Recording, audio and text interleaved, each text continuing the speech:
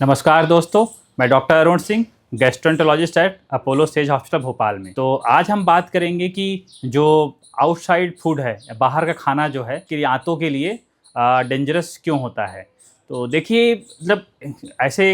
ऐसे बोलना कि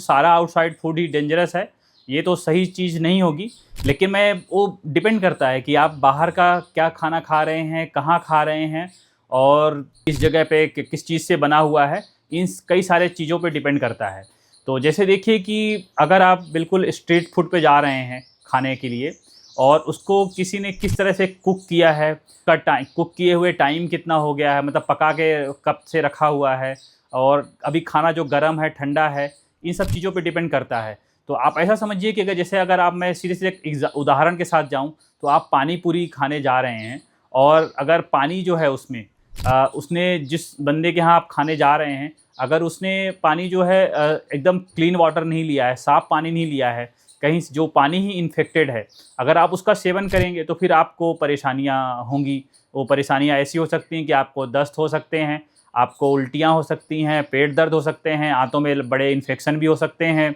आपके मल के रास्ते से खून भी आ सकता है। उसके अलावा फिर क्या हो सकता है कि हेपेटाइटिस हो सकता है, हेपेटाइटिस ए हो सकता है, हेपेटाइटिस ई की पहले तो होता था, अभी आल्दो हेपेटाइटिस ई के इंसिडेंट्स कम हो गए हैं, तो उससे पीलिया वगैरह हो सकती हैं। और जितनी भी आप दस्त की अलग-अलग कारण जानते हैं, कॉलरा है या जो भी आप जानते हैं, ये सभी होने की संभावना होती है। और उसके बाद ऐसा देखा गया है कि अगर किसी को आज दस्त हुआ है, तो उनको आगे चल कर के पेट की कुछ समस्याएँ होने की संभावना रहती हैं, जिसको हम आईबीएस या डिस्पेप्सिया, गैस, जो भी आप बोलना चाहें तो बोल सकते हैं। इन सब की भी संभावनाएँ बढ़ जाती हैं। तो ये डिपेंड करता, तो इसलिए कि क्या, जैसे मैं उदाहरण पानी पूरी का दिया, तो बाहर का खाना खाए तो अगर किसी ने साफ़ पानी यूज़ किया है, तो उसको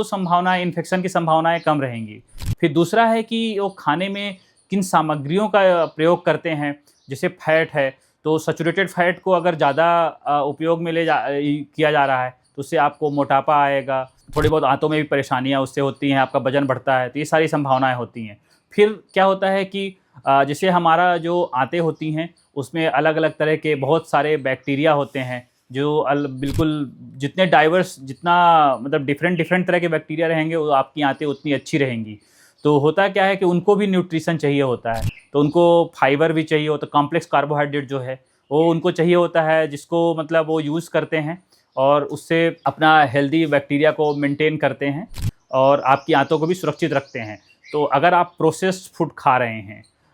फाइबर का इंटेक बहुत कम हो रहा है, बाहर खाने में आप सैलेड नहीं खा रहे हैं, फ्रूट्स नहीं खा रहे हैं, सिर्फ जाकर के मैदे की बनी हुई चीज़ें या कि और प्रोसेस्ड फूड है, जैसे चिप्स, कुरकुरे, इस तरह की चीज़ें को आप सेवन ज़्यादा कर रहे हैं, या कि बर्गर हो गया, ज़्यादा चीज़ को खा रहे हैं, तो इन सब से क्या होता है कि जो आपके पेट के जो बैक्टीरिया हैं, उनकी कंपोजिशन पे फ़र्क पड़ता है, उनकी डाइवर्सिटी पे फ़र्क पड़ता है। उस पे फ़र्क पड़ता है, तो आपका जो आंतें हैं, उस कुछ चीज़ों को कैसे महसूस करती हैं, या कि वहाँ के जो हमारे और सेल्स होते हैं, मैक्रोफेज, टी सेल जो होते हैं, वो सारी चीज़ें, उनमें असर पड़ता है। वो आंतों की परमेबिलिटी, जिसमें हम बोलते हैं कि जो बैक्टीरिया मतलब कि ल्यूमन से अंदर की तरह हमारे सेल के अंदर या कि हमारे ब्लड में माइग्रेट होता है, उनमें फ़र्क पड़ता है, तो उससे आपको दिक्कतें होती हैं। तो ये सब चीज़ों पे डिपेंड करता है कि आप क्या खाना खा रहे हैं, कितना प्रोसेस्ड है, कितना साफ़-सुथरा है, उसमें फ़ैट का कंटेंट कितना है, प्रोटीन कितना है। जैसे मान लीजिए कि आप सिर्फ कार्बोहाइड्रेट फैट खा रहे हैं, तो उसका अलग परेशानियाँ उससे होती हैं। तो कहने का मतलब ये है कि